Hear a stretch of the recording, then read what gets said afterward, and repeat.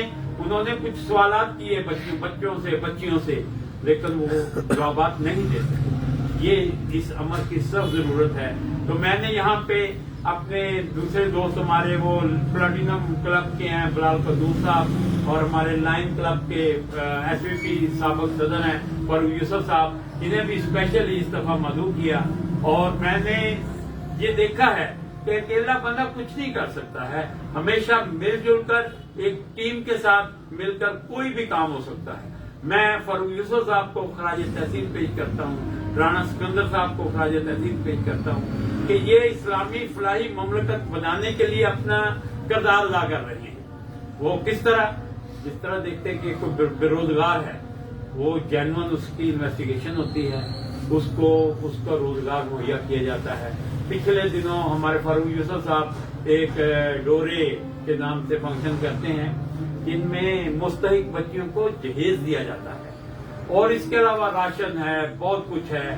یہ جو کلبس ہیں یہ بھی اپنی سطح پہ اپنا اس پاکستان کی خدمت کرنے کے لیے کام کر رہے ہیں. تو میں اسی دوران یا جب یہ قافلہ چلا تھا تو ہمارے محترم احمد سلطان داؤدی صاحب تشریف فرما ہے.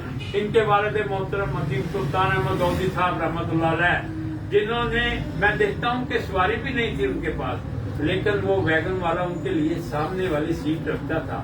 اس لیے رکھتا تھا کہ انہوں نے اپنے ٹائم پہ نکلنا ہے, ڈسٹرکٹ ہاسپٹل جانا ہے, وہاں پہ مریضوں کی عیادت کرنی ہے, جس کی جو ضرورت ہو اس کو مہیا کرنی ہے.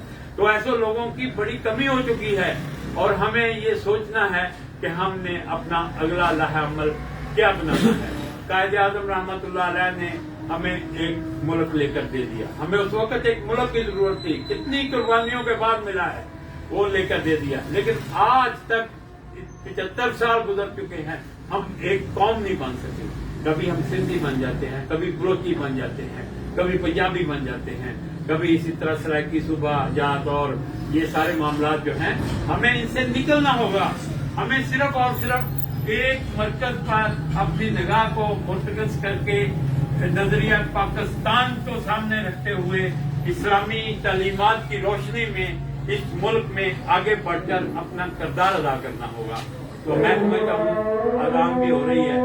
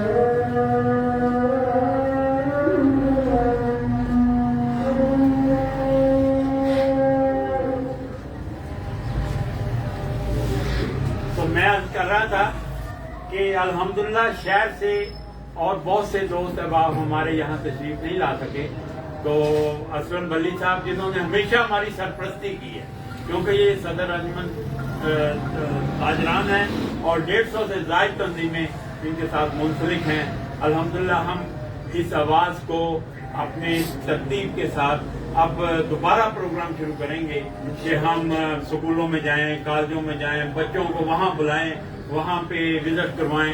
تو کل مجھے ایک فخر ہے کہ کل میں نے اپنے والد صاحب کی ٹوپی پہنی تو چیمبر کے ایگزیکٹو کے اجلاس میں گیا، تو عاطف منیر صاحب صدر جو تھے ہمارے چیمبر آف کامرس کے، انہوں نے کہا، کیونکہ ان کی زندگی ساری دھوبی گھاٹ میں گزری ہے، کہتے ہیں جی میرے والد صاحب کے پاس ایک آپ کے کلر کی ٹوپی تھی تو انہوں نے ان کو دے دی تھی، تو ان کی بڑی خدمات ہے، میں انہیں ٹریبیوٹ پیش کرتا ہوں۔ اس طرح انہوں نے، یہ میرے والد محترم جنہوں نے ہر تحریک میں، چاہے وہ ختم نبوت کی ہو، چاہے تحریک نظام مصطفیٰ ہو، چاہے 1952 کی تحریک ہو، بڑا نمایاں کردار ادا کرتے ہوئے اپنا ایک، جس طرح سلیم انصاری صاحب فرما رہے تھے کہ انہوں نے یونین حلقے کی سطح پہ نہیں کیا کام، انہوں نے ہمیشہ شہر کی آواز بلند کی، شہر میں تاجروں کے مسائل کو حل کرنے کی کوشش کی۔ تو الحمدللہ یہ میرے لیے بڑے اعزاز اور فخر کی بات ہے کہ جو مجھے ملا ہے، اور دوستوں نے مجھ پر اعتماد کرتے ہوئے، مجھے اس قابل سمجھتے ہوئے یہ ذمہ داری سونپی ہے۔ اور ایک بات اور میں یہاں پہ واضح کرتا ہوں، کیونکہ نظریہ پاکستان جو ہے، اس میں الحمدللہ ہمارے چاروں مکاتب فکر ہیں، چاہے اقلیتوں کو بھی ہمارے ملک میں تحفظ حاصل ہے، لیکن ہمارے مولانا ریاض خل صاحب جمعیت علماء پاکستان سے ہیں، مولانا زاہد قاسمی صاحب جو آج کل لندن گئے ہوئے ہیں، وہ ہمارے اس قابلے میں شامل ہیں، مولانا یوسف انور صاحب اہل حدیث مسلک سے ہیں، اور ایک اپنے افتخار نقوی صاحب اہل تشیع سے بھی ہیں۔ ہم سمجھتے ہیں کہ یہاں پہ پاکستان ہے، اقلیتوں کو بھی حق ہے، اگر ہم ان کے ساتھ پیار کریں گے تو وہ اس ہمارے نظریے کے ساتھ زیادہ مل سکتے ہیں۔ آج 25 دسمبر کا دن ہے، آج کرسچین کی اپنے ڈے ہے، ان کا عید ہے، اور ہم نے اخوت کے حوالے سے اس دن کی مذہب سے خالد صاحب جانتے ہیں کہ گمٹی چوک میں چیک تقسیم کیے تھے۔ بڑے بڑے ادارے ہیں، چیریٹیز ہیں جو اپنے لیول پہ کام کر رہی ہیں۔ تو اسی طرح جو اب میں بات کر رہا ہوں کہ تمام پولیٹیکل پارٹیز اس میں شامل ہیں، کیونکہ نظریے کی بنیاد پہ اگر میں آج یہاں پر ڈاکٹر مجید نظامی مرحوم کو خراج تحسین نہ پیش کروں تو یہ بھی زیادتی ہو، کیونکہ انہوں نے آج سے 20 سال پہلے جب دیکھا کہ ہماری قوم پٹری سے اتر رہی ہے تو انہوں نے نظریے کی بنیاد پہ نظریہ پاکستان بنایا، اور اس وقت کے غلام حیدر بھائی نے کنالوں کے حساب سے زمین جو ہے پی سی ہوٹل کے ساتھ گورنر ہاؤس کے سامنے وہ نظریہ پاکستان کو الاٹ کی ہے، اور اب ایوان قائد اعظم جوہر ٹاؤن میں بنا ہے۔ اور میں سمجھتا ہوں کہ یہ سٹی ٹو سٹی یہ سلسلہ چلنا چاہیے تاکہ ہماری آنے والی نسلیں جو ہیں وہ اس سے استفادہ حاصل کر سکیں۔ تو ڈاکٹر مجید نظامی مرحوم، حاجی بشیر احمد صاحب وہ مرحوم، ان کا کام، اور جتنے بھی دوست احباب جنہوں نے کام کیا ہے، ہم آج کے دن پہ سب کو خراج تحسین پیش کرتے ہیں اور ان کی مغفرت کے لیے دعا کرتے ہیں، اور کہ اللہ تعالیٰ ہمیں ہمت عطا فرما کہ ہم اپنی نئی نسل کو یہ بتا سکیں کہ یہ پاکستان کیسے ہوا تھا، کیسے حاصل ہوا تھا۔ تو انہی الفاظ کے ساتھ میں آپ سب دوست احباب، اپنے بھائیوں دوستوں کا انتہائی مشکور و ممنون ہوں کہ وہ آج کے اس پروگرام میں تشریف لائے اور نظریہ پاکستان کی آواز کو بلند کیا۔ بہت شکریہ۔ بہت شکریہ جناب میاں عبدالرحیم صاحب۔ آخر میں